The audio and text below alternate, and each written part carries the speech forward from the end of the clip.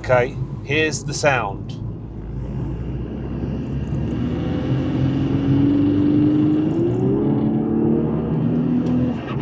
Hopefully you heard that vibrating sound.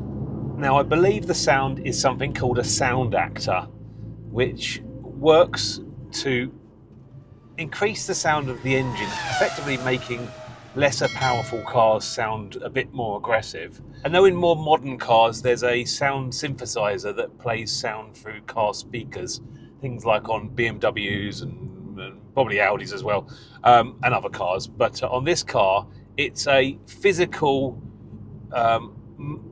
mechanical vibrating device which vibrates the bottom of the windscreen and therefore creates an amplified sound, which I believe to be not working on my car whenever the temperature is below 10 degrees. It's 6.5 at the moment, and obviously we need to fix it. Okay, so at fairly low revs, if I apply some throttle and the revs increase, hopefully you'll be able to hear what I can hear. And it seems to come from that part of the windscreen. I suppose the actor should be on the right hand side. Here we go again.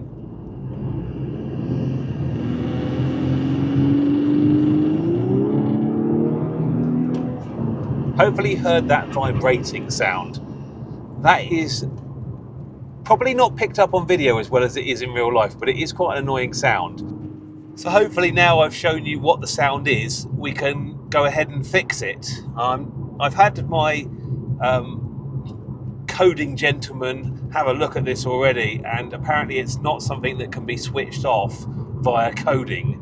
So I'm going to have a look at finding the Soundaktor, and then perhaps I might need to rip it out, and we'll have to create a plan, but I'll show you what we get up to next.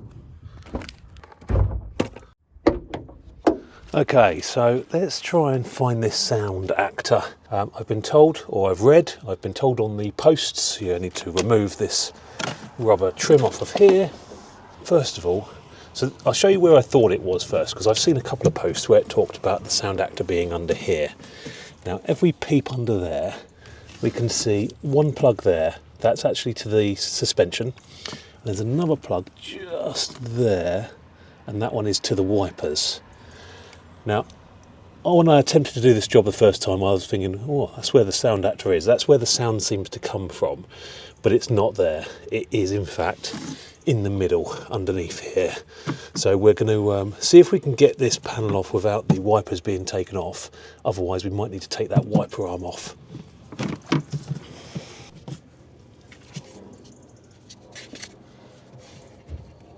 Just having a look under that side, because I can't see it when I look down the middle there. Yeah, the same plugs are under there, even less accessible, but we can't see the Soundaktor. We might be able to get to it if we can just take this one off. Okay, so I actually think this is the Soundaktor. What I'm going to do is, because I can't get to the wiring underneath it, is I'm going to undo that bolt and see if I can push it down, because my plan is just to unplug it, not actually remove it. So let's see where we get to if we take that bolt off there. So we've got a 10mm. Again, don't really want to drop it in the cowl because I may never see it again. Okay, bolt is off. Let's put him on the side there, somewhere safe. And let's see if we can move this Soundaktor down. And double check it is what it is. Okay.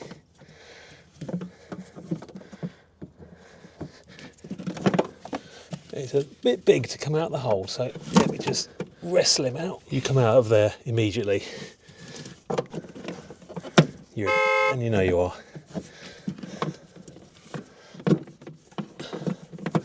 I can at least get to the plug on it now. So let's have another look at this and just make sure it is what we think it is. I'm pretty much sure it is. That is what we believe is the Soundaktor, which is vibrating on the bottom of the windscreen and making that terrible noise. Okay, I'm just having a look on the internet here, and we do have a picture of one. This is a Soundaktor. We've got the plug on the right there as well. That is what we need to unplug. So that's good. That's making sure we've got the right thing. That's important. Okay, this is going to take some perseverance, guys. This is really quite awkward to get on. But effectively, you just need to push in the tab so it then releases the plug. Now, I'm trying to do this without mullering it, even though I've got no intention of ever putting this back on. I do want to make it so that it can be put back on. I also find that leaning into my car with the front splitter is actually making me further away from the car than I was before. You're off. We're off. My intention is to put this back in its place and tie clip up that wire so that it's still in view and it's not lost completely. So I'm going to grab a couple of tie clips. As a side note, worth mentioning, when you install a Revo induction filter into your car, you've also got a little table where you can put your tools. They were thinking about everything, obviously. Let's get the wire. I'm going to put a tie clip around its head. Okay, well, I've tie clipped it to that screw. That's nice and secure on there now. But what I do want to do is just waterproof it. Could have made my life a bit easier if I'd done that before I tie clipped it to the screw, but that's okay. Now that plug is tightly wound in that bag, that's waterproof, and we just need to put the Soundaktor back in its screw hole. Just need to turn it around and get the thread through the hole. Probably a good idea if I get my bolt ready. The bolt, if I lose this, we're in trouble. So I'm going to put some sticky tape around it. So what I don't want it to do is disappear behind the bulkhead. So make sure it's nice and tight. So that's not going anywhere. The Soundaktor has disappeared down the back there, but what we can just about see is on the Soundaktor you've got the bolt, and then you've got the little plastic part next to it which will locate it. So the bolt goes through there and the plastic part goes through that hole there. We just need to orientate it. I just want to get one thread on with the bolt so that it can then be turned, because it's so difficult to grab it. You're literally two fingers in there grabbing it. You need more than 2 fingers space. Okay, I think I got it. Let's get that bolt on now, please.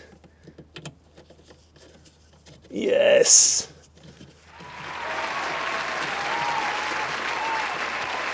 Yes. Okay, guys, I've managed to get that bolt on in the end. I've had a glove has let me down, but the bolt is on. And also the plug is completely shrouded, which is great. Oh, success. That was hard work. The most difficult part of it is getting your hand in that hole and actually turning this around and making sure that it goes in. But once you turn it on its axis, I had one finger behind it and got that little bit of dowel in there on. Then I was able to get one thread on it. It was straight, and now that's on. Let's get that cowl back on.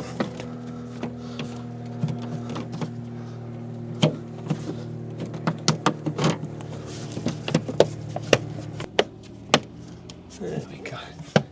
Okay, cowl is on. Let's put the rubber back on.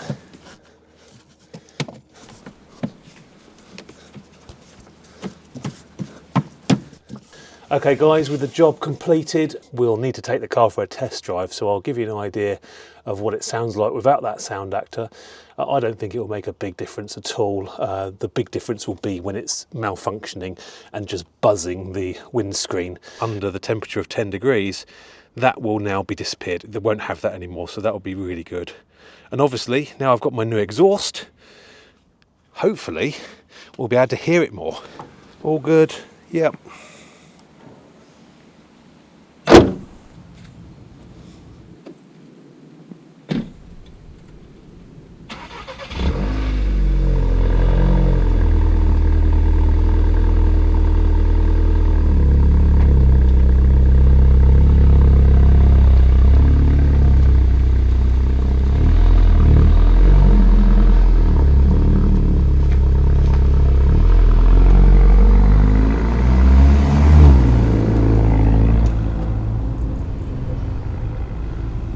So my first impressions of the car without the Soundaktor plugged in is very good. It is noticeable. the car sounds clean. It's not pretend anymore, it's real. Now, I'm going to give it a little bit of boost in a minute just so we can hear what it sounds like properly boosting as opposed to a synthesized sound. But I'll remind you again, I have had the exhaust done recently.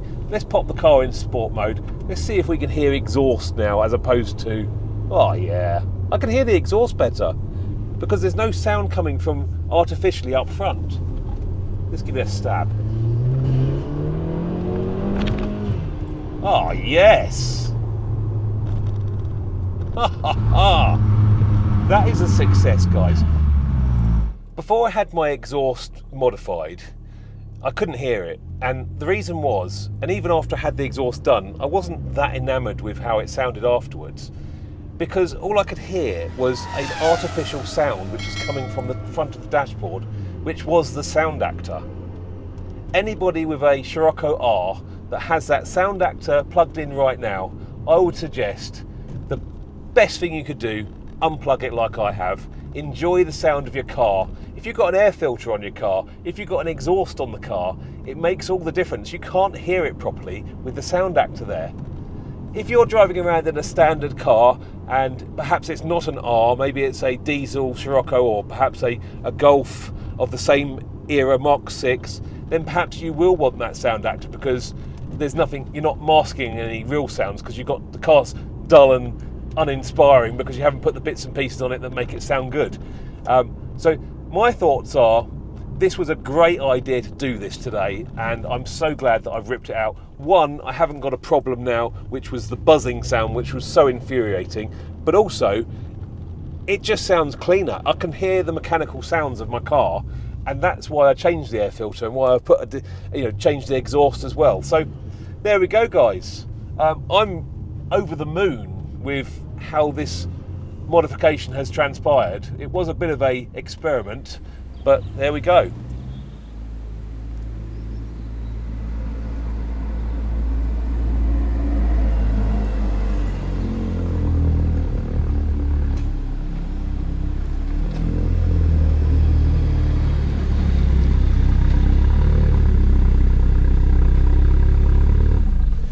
Okay guys, back from the test drive and all is well. Everything's working as it should do. We haven't got any artificial sound being pumped into the cabin and buzzing the bottom of my windscreen. The buzzing malfunction hasn't actually happened recently because the temperature has been above that 10 degrees, which is a strange phenomenon. But if you want a less artificial sound, or if you want to get rid of a buzzing sound, that's how you disconnect the Soundaktor. It can't be done through coding. We did obviously look at that, and if you found this video helpful, give it a like, subscribe to the channel, and browse the Carlubetv channel for more ideas and how-tos. Thank you very much, guys.